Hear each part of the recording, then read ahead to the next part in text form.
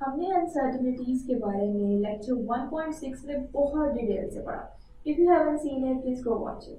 अच्छा, तो हमें मालूम है कि जब भी हम कोई अनसर्टेनिटी मालूम करते हैं तो हमने कोई मेजरमेंट्स की होती हैं। उन मेजरमेंट्स को हम अपनी कैलकुलेशन में यूज करते हैं और वो 5 टाइप्स की कैलकुलेशंस होती हैं। For addition and subtraction, for multiplication and division, for power factor, for uncertainty in the average value of many measurements, for the uncertainty in a timing experiment. अब हम इन सबको वन बाय वन डिस्कस करते हैं।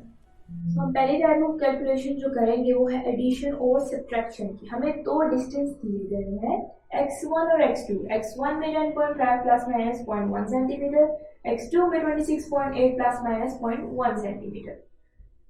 अच्छा, तो हमें नहीं मालूम कि ये कौन से मेजरिंग इंस्ट्रूमेंट से डिस्टेंस लिए गए हैं, मीटर रोड से, वर्नियर कैलिपर से।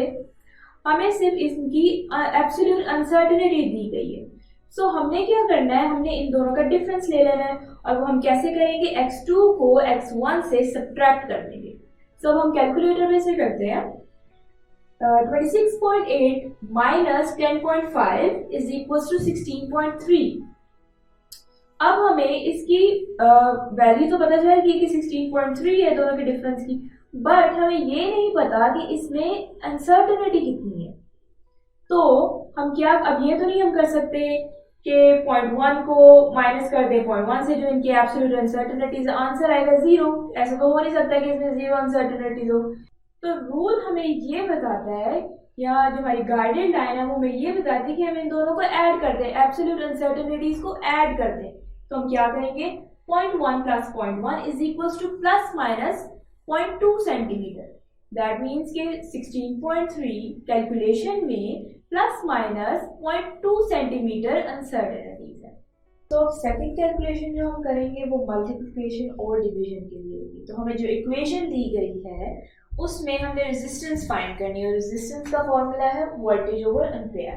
तो जो हमें वोल्टेज दी गई है वो है 5.2 प्लस माइनस 0.1 V, और जो एम्पेयर दी गई है 0.84 प्लस माइनस 0.05 A।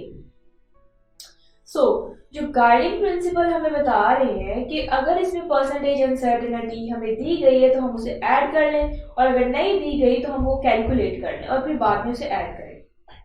तो आप देख सकते हैं कि हमें परसेंटेज अनसर्टेनिटी नहीं दी गई, इसमें हमें सिर्फ एब्सोल्यूट अनसर्टेनिटी दी गई है। सो अब हम क्या करेंगे, पहले परसेंटेज अनसर्टेनिटी कैलकुलेट करेंगे। तो उसके लिए हमें क्या करना होगा, जो हमारी गिवन एब्सोल्यूट अनसर्टेनिटी है उसको हम डिवाइड कर देंगे हमारी वैल्यू के साथ। तो पहले हम करते हैं वोल्ट का। तो क्या करेंगे, एब्सोल्यूट अनसर्टेनिटी को न्यूमरेटर में लिखेंगे 0.1 V, और उसके बाद उसकी वैल्यू 5.2 V डिनोमिनेटर में लिखेंगे और फिर उससे 100 से मल्टीप्लाई कर देंगे और हमारी परसेंटेज आ गई है 2%।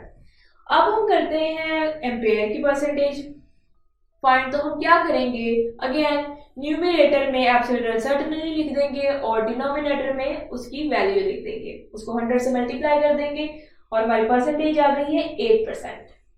तो जब हमने 2% को 6% से ऐड किया तो हमारी 8% टोटल परसेंटेज अनसर्टेनिटी हो गई। अब हमने परसेंटेज अनसर्टेनिटी तो फाइंड कर ली, अब हम रेजिस्टेंस फाइंड करते हैं। तो उसके लिए हम क्या करेंगे, हमारा जो वोल्टेज है 5.2 को डिवाइड कर देंगे एम्पेयर के साथ 0.84, तो आंसर आया 6.19 वोल्टेज पर एम्पेयर। तो हमारा जो आंसर है 6.19 वोल्टेज पर एम्पेयर में 8% परसेंटेज अनसर्टेनिटी है। सो अब हमारी थर्ड कैलकुलेशन में हम देखेंगे कि हम पावर फैक्टर को कैसे यूज करेंगे। सो जैसे कि सबको मालूम है कि स्फीयर का वॉल्यूम जो है वो 4/3 पाई आर क्यूब है, और जो हमें रेडियस की वैल्यू दी गई है वो है 2.25 प्लस माइनस 0.01 सेंटीमीटर। अब हमने इसमें इसकी परसेंटेज अनसर्टेनिटी फाइंड करनी है। अब हम कैसे करेंगे, एब्सोल्यूट अनसर्टेनिटी को न्यूमरेटर में लिखेंगे और डिनोमिनेटर में हम इसका रेडियस की वैल्यू लिख देंगे और उसे मल्टीप्लाई कर देंगे 100 से, और हमारी परसेंटेज आई है 0.4%। सो इस केस में हमें गाइडिंग प्रिंसिपल ये दिया गया है कि multiply the percentage uncertainty by that power, कि जो हमारी परसेंटेज अनसर्टेनिटी है हमने उसको पावर फैक्टर से मल्टीप्लाई करना है, और हमें यहाँ क्या पावर फैक्टर दिया गया है 3। तो हमने क्या करना है, जो हमारी परसेंटेज अनसर्टेनिटी होगी उसको 3 से मल्टीप्लाई कर देना है और वो ही हमारे वॉल्यूम की परसेंटेज अनसर्टेनिटी होगी। सो अब हम पावर फैक्टर को मल्टीप्लाई कर देते हैं परसेंटेज अनसर्टेनिटी से।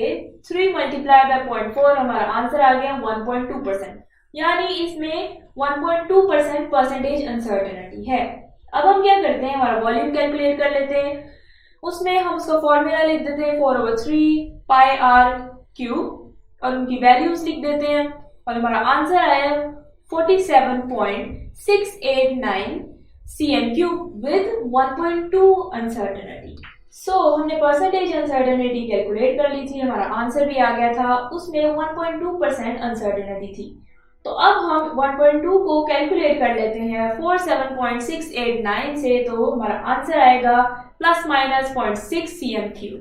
सो अब अगर हमने प्रॉपर वैल्यू लिखनी हो तो हम 47.689 cm क्यूब को राउंड ऑफ कर लेंगे 47.7 ±0.6 cm क्यूब, तो ये हमारा राइट आंसर होगा। सो अब फोर्थ यूज केस में हमने एवरेजेस मालूम करनी है। हमें यहाँ पे 6 मेजरमेंट्स दी गई हैं और हमने उन 6 मेजरमेंट्स की एवरेज लेनी है। तो हम कैसे करेंगे, 6 मेजरमेंट्स को ऐड कर देंगे, क्योंकि हमारे पास 6 है तो हम उनको 6 से डिवाइड कर देंगे और हमारा आंसर आ गया 1.21 मिलीमीटर। तो अब हमने क्या करना है कि हमने 1.21 मिलीमीटर की डिफरेंस देखना है हर एक मेजरमेंट से।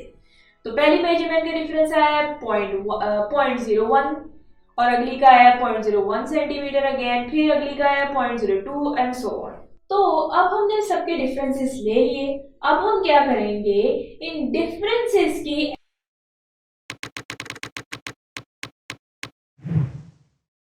अगर आप ये लेक्चर कंप्लीट देखना चाहते हैं और उसके साथ साथ हज़ारों MCQs और उनकी एक्सप्लेनेशन चाहते हैं तो अभी कृपया गूगल प्ले स्टोर पे जाइए और डाउनलोड कीजिए ऐप हिप्पो ई-लर्निंग प्रोग्राम। खुद भी इसे इस्तेमाल करें और इसके साथ साथ अपने फ्रेंड्स और अपने क्लास फेलो को भी अनुशंसा करें। And don't forget to like this video and subscribe to our channel. धन्यवाद।